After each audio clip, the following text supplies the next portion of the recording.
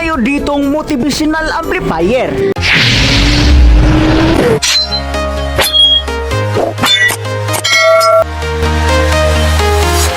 I'm walking alone, the streets are empty. The only thing I can see is my own. Ito ay isang nagngangalang Tucson-Ra EB-502BT. So ibig sabihin, may Bluetooth na siya mga guys. At dito sa loob, makikita natin na wala na yung laman. Bakit wala na yung laman? Kasi tinanggal na natin. Kasi ni-repair na natin ito kanina. At ito naman ang kanyang laman sa loob mga guys. Meron siyang tinatawag na electrolytic capacitor. 6 na electrolytic capacitor na may value na 3350 volts, 3300 microfarad. So, mauna siya mga guys, na siya gibutang nga diode. Unya na siya duha ka relay diri nagtapad. Bayi og laki.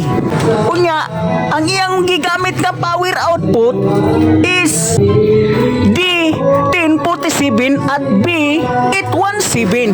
At ito pala na channel ang ni-repair natin. Tingnan nyo mga guys. Pinalitan natin ng C5098 na original. Bali dalawa kasi ang sira nito sa amplifier na ito. At sa kabila, ang pinalit natin sa B817 ay E1943. Bali ang sira para sa amplifier na ito ay ito lang dalawa. Nagka-shorted ang dalawang ito, kaya napuputol ang ating fuse. At hindi ko na pinakita kung paano ni-repair kasi madali lang ito ayusin pa ganito kasi walang ibang nasusunog kasi napuputol agad ang kanyang fuse. At ngayon pinakita ko lang sa inyo kung ano ang laman sa amplifier na ito. Ito ang motivational amplifier 502 BT Tucson-Ra. Kung tingnan nyo mga guys, ibang iba talaga ang loob niya, ang circuit diagram niya. Iba talaga sa 502 na concert.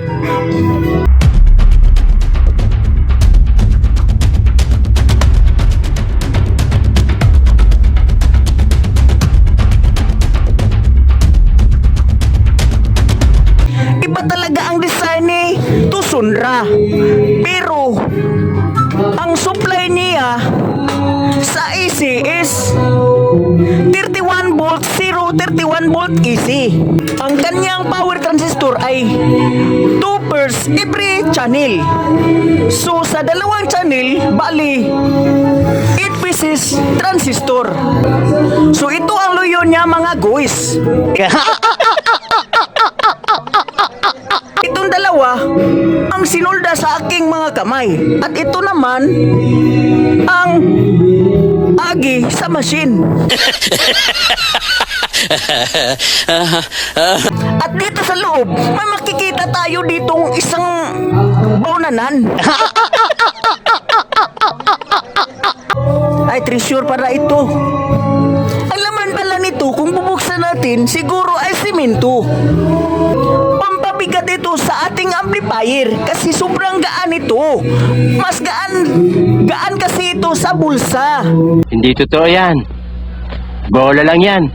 Napakamurang halaga nito sa amplifier na ito.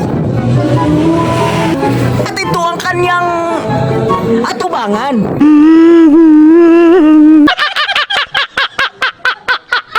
Meron siyang master volume, meron siyang balance, triple, middle, bass, surround, EQ, karaoke. O sa mic to, mic level and echo. Kung mo video mo diri, kanang wala inyo silingan para dili maklaro ang nyabag sa inyong tingog. Hoy! Mga bunga nyo! Natutulog ako, nagising ako sa bunga nyo! Buhay nyo at tulog, magpatulog kayo! At meron tayo ditong black sa Bluetooth and USB.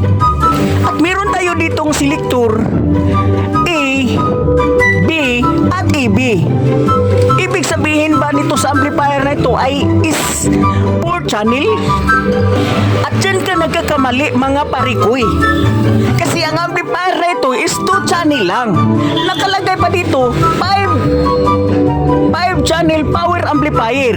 Ngayon alamin natin kung bakit nilagyan nila dyan ng 5 channel power amplifier. Ang ibig sabihin kasi niyan is ito left and right, tapos meron silang tatlo dito speaker output.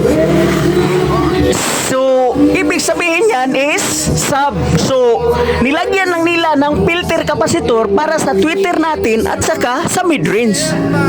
So ang totoong channel nito is ito lang ang left and right. At saka ito yung B ay extension lang yan.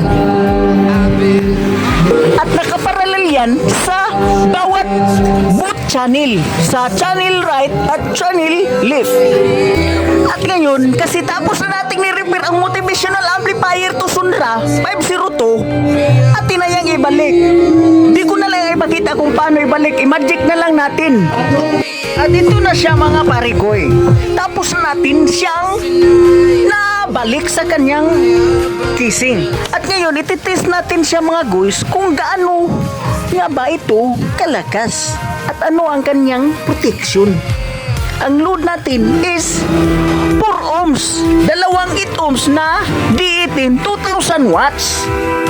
Ngayon, susubukan natin kung totoo ba ang sinabi nila sa kagandahan sa amplifier nito. Paglakasan mo, namamatay lang siya.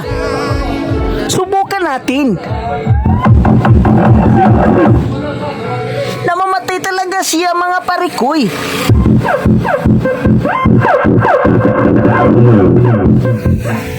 So nagdidetect siya ng mga overcurrent ng ating amplifier.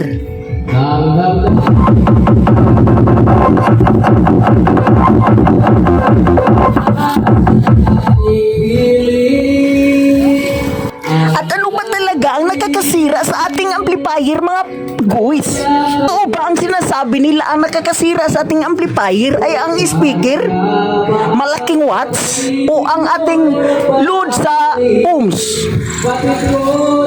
Ngayon, subukan natin kung makakasira ba talaga ang speaker na malaki ang wattage pero steady naman ang kanyang ohms, di naman overload sa ating amplifier na maximum is 4 ohms load. Ito, susubukan natin.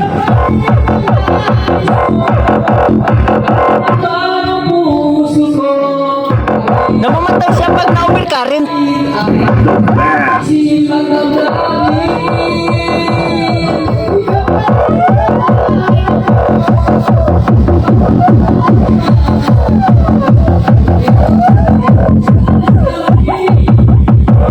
Ang totoong explanation dyan mga guys, hindi nakakasira ang malaking speaker sa ating maliit na amplifier.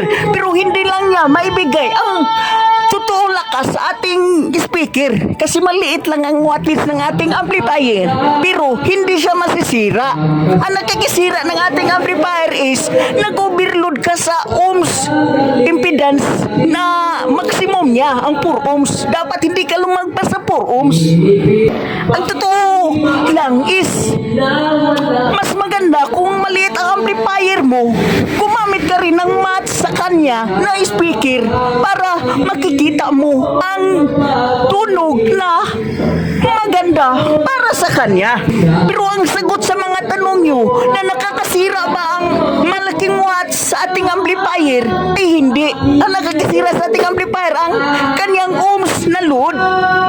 Kahit kano pa na kaliit ng watts sa amplifier na i-load nyo dito, sa speaker na i-load nyo dito sa ating amplifier na maliit, hindi masisira ito basta marami ang i-load nyo na maliit na speaker. Kasi ang ohms niya pababa ng pababa habang marami kayong speaker na na-load.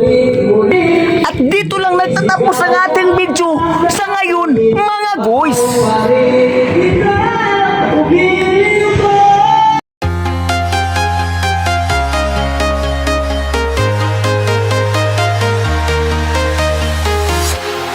I'm alone, the streets are empty. The only thing I